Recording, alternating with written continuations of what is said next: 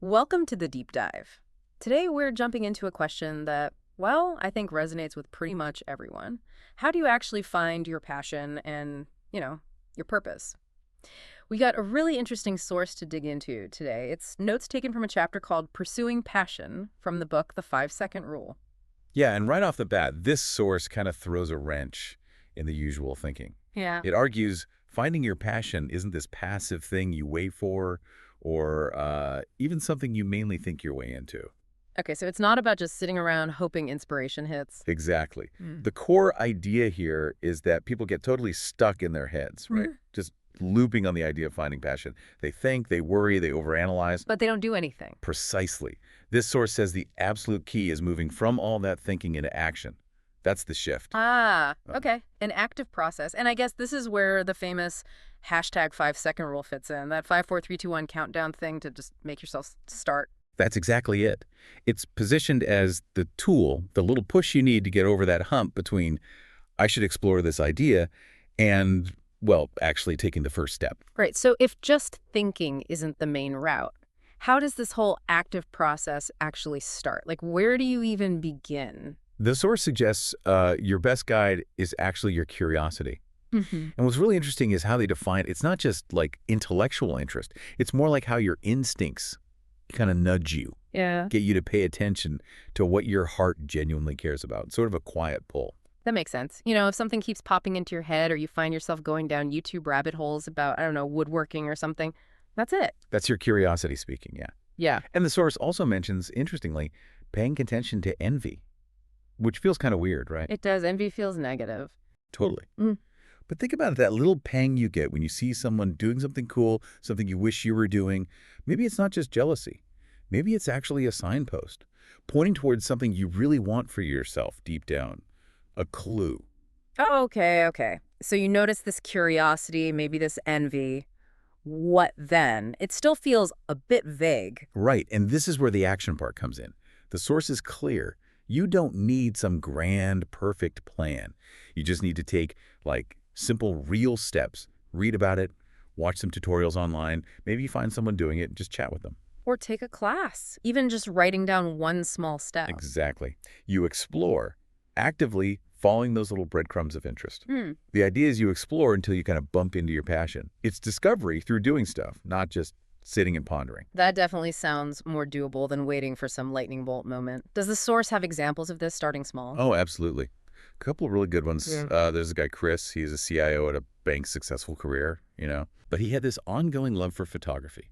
Just a hobby, something he was curious about. So how did he apply this? Did he use the rule? Yeah, he specifically used the 5, 4, 3, 2, 1 rule to push past that inertia, the I'll do it later feeling, and actually explore it seriously. Put time into it, take those small actions. And the result is pretty amazing. Just 4 years later, he's built this whole other thing. He's a professional photographer, getting magazine covers, winning awards. Wow. From a curiosity acted upon. That's cool. What about the other example? The other one is Eric in Cambodia. He had an idea, a spark, for an export business, but zero experience, none. So he could have just thought about it forever, felt overwhelmed. Totally. But instead, he's using the rule to push himself to simply learn. Watching YouTube, reading books, actively gathering the info, taking those little exploratory steps. It shows you don't need the whole roadmap figured out. You just got to start exploring the thing that's pulling you. And, this exploration, it starts as just a feeling, an instinct, right? But taking those small steps, even when you have to push yourself, that builds momentum. Ah, right. It's like you're creating your own little chain reaction. One small action makes the next one easier or reveals it. A class leads to talking to someone, which maybe leads to a small gig. Exactly. And those tiny opportunities start adding up, becoming bigger ones.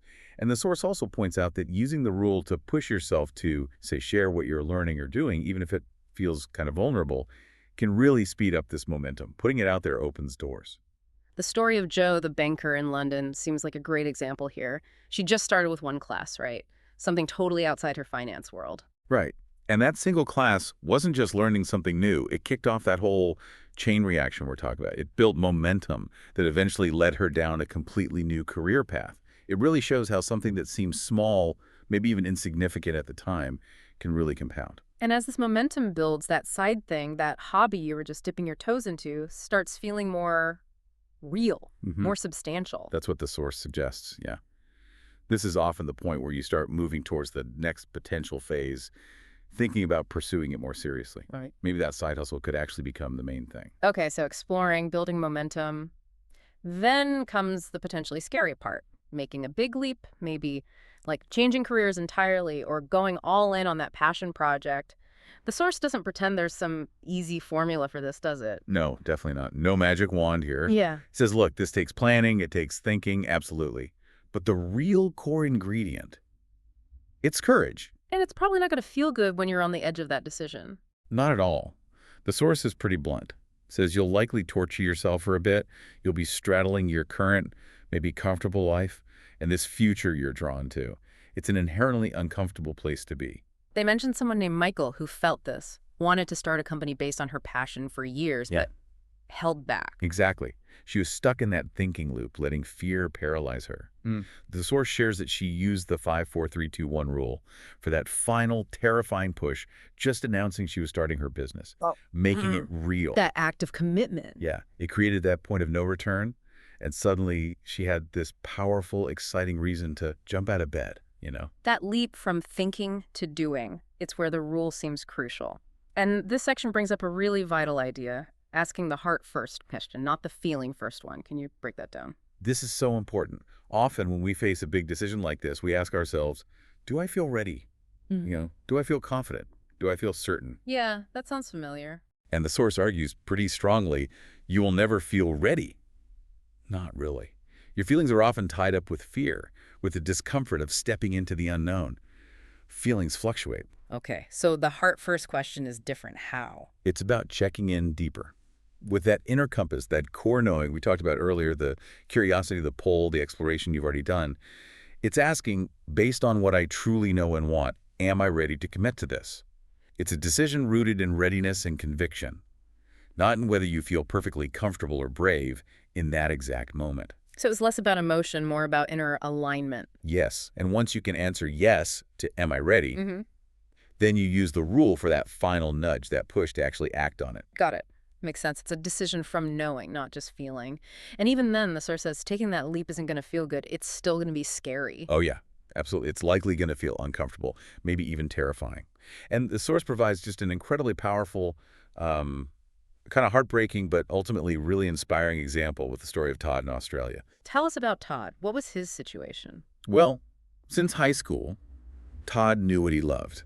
He was passionate about physical education, dreamed of teaching it, maybe having his own training business someday. That was his thing. But life didn't go that way initially. No. His parents, probably meaning well, really pushed him towards what they saw as a more professional or secure path. So he ended up enrolling in a dual law and business degree program. Oh, boy. So completely different from his passion. Totally different. And his heart just wasn't in it, not from the start. He talked about this constant little voice inside, resisting the path he was on. But he stayed. And why? Based on what we just discussed. Feelings again. Fear. Exactly that. Purely feelings. The thought of disappointing his parents, the fear of rocking the boat, the uncertainty, it just overwhelmed him. He felt paralyzed, stuck in that cycle of knowing what he wanted but being too afraid to act. Wow. And he apparently thought about quitting for almost 4 years. That's a long time to feel stuck. A really long time. And the source points out something interesting, the actual logistics, like walking into the office and filling out withdrawal forms. That seems easy. What felt soul-crushing was the thought of facing his fears, especially telling his parents. So how did he finally break through that? He used the hashtag 5-second rule. The moment came, according to the source, while he was sitting in a specific lecture, Law WS 5513, Advanced Taxation Law. Talk about a contrast to physical education. Right. And in that moment, sitting there, it just hit him with total clarity. He was ready. Not feeling good about it, but ready. The heart first question answered yes. Precisely.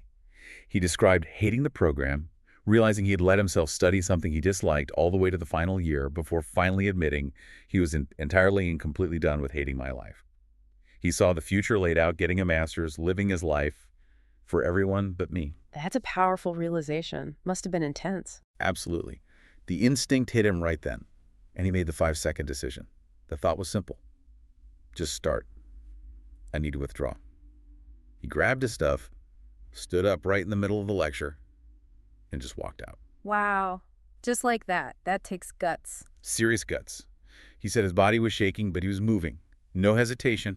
Went straight to the registrar's office, unenrolled, and then he immediately drove 2 hours south to another university, Queensland University of Technology, and applied for the physical education degree he dreamed about all along. That is an incredible story of action. What happened next for him? Well, that was 2 years before the source material was written. Todd was 24, halfway through his teaching degree, doing great, accepted into the honors program. And his own words were, "He's never had this much fun in my life." He found it. He said, "I have found my purpose. This is, in fact, exactly what I was supposed to be doing all along." That's amazing. And what about his parents? Was that as bad as he feared? Interestingly, no. The source notes that, yeah, they were initially disappointed he wasn't going to be a lawyer, the path they'd imagined for him. But apparently, they were more disappointed by the fact that he'd been carrying around all that fear and unhappiness for so long without feeling he could talk to them or make the change. So the fear was worse than the reality. It seems so. The core issue wasn't the change itself, ultimately, but the fear that kept him trapped for years. And this whole journey, right, from that first little spark of curiosity through the exploration, the momentum, to a huge, courageous leap like Todd's, the source ties it all back to this idea of having faith. Faith. Faith in what, exactly? Faith in yourself, really. Believing you can actually make things happen if you, 1, listen to that inner voice, that heart compass. 2, actually do the work, the exploring, the building. And 3, crucially, let go of a rigid timeline.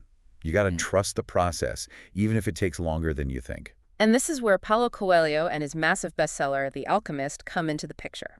Yeah.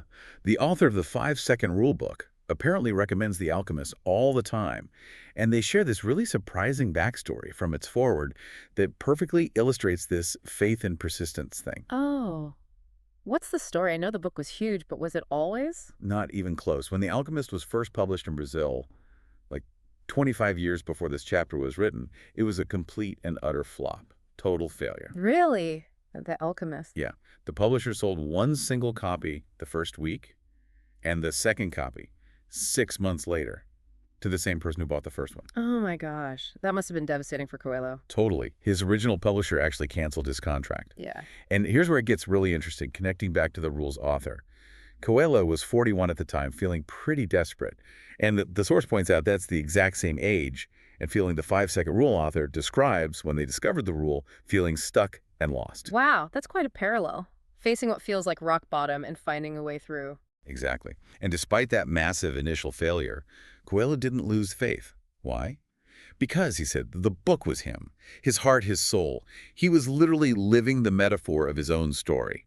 The shepherd looking for treasure far away, only to find it was within him all along. His treasure was his ability to write, to share his soul. And he didn't just give up after that first rejection. He kept trying to share that treasure. He did. The source makes a point. There's no deadline on discovering your power or expressing it, but it starts with that courage to push yourself, like Coelho did. He took that belief in his inner treasure and he started knocking on other publishers' doors. And eventually one said yes. Yep. One publisher saw the potential, believed in him, and gave the book a second chance. And then slowly, organically, mostly by word of mouth, it started to build. 3,000 copies sold, then 6, then 10, little by little. And it just grew from there into this global phenomenon we know today. Exactly. And the source mentions, when people asked Coelho if he knew it would be such a success, he said no. He just knew he had to write about his soul, about his own quest for his treasure. He acted from that internal drive, not for external applause or guaranteed results. So the big takeaway here, weaving together Todd's story, Chris, Eric, Joe, Mahal, and Coelho, it's that the answers aren't like floating out there somewhere waiting for us or waiting for us to feel perfectly ready. No, not according to this source. It makes a really strong case that the answers, your own unique treasure, whatever that looks like, it's already inside you. The challenge is having the courage to first listen to that quiet voice, that curiosity. And then the courage to act on it. Yes, even when it feels uncertain, even when it doesn't feel good, even when you hit roadblocks or failures like Coelho did. It starts inside with listening and ends with having the guts to follow where it leads and actually show people. And the source wraps up that section with these really potent lines. Follow it. Don't tell people your dreams. Show them. So wrapping this up, what does this all mean for you listening right now? This deep dive gives us a pretty clear framework, doesn't it? It's not about passive waiting, it's active. Start exploring using curiosity. Build momentum through those small steps and find the courage to commit when your heart, not just your feelings, says you're ready. Yeah, it totally reframes finding passion. It's not some perfect destination you map out in your head. It's a journey you uncover by, well, actually moving.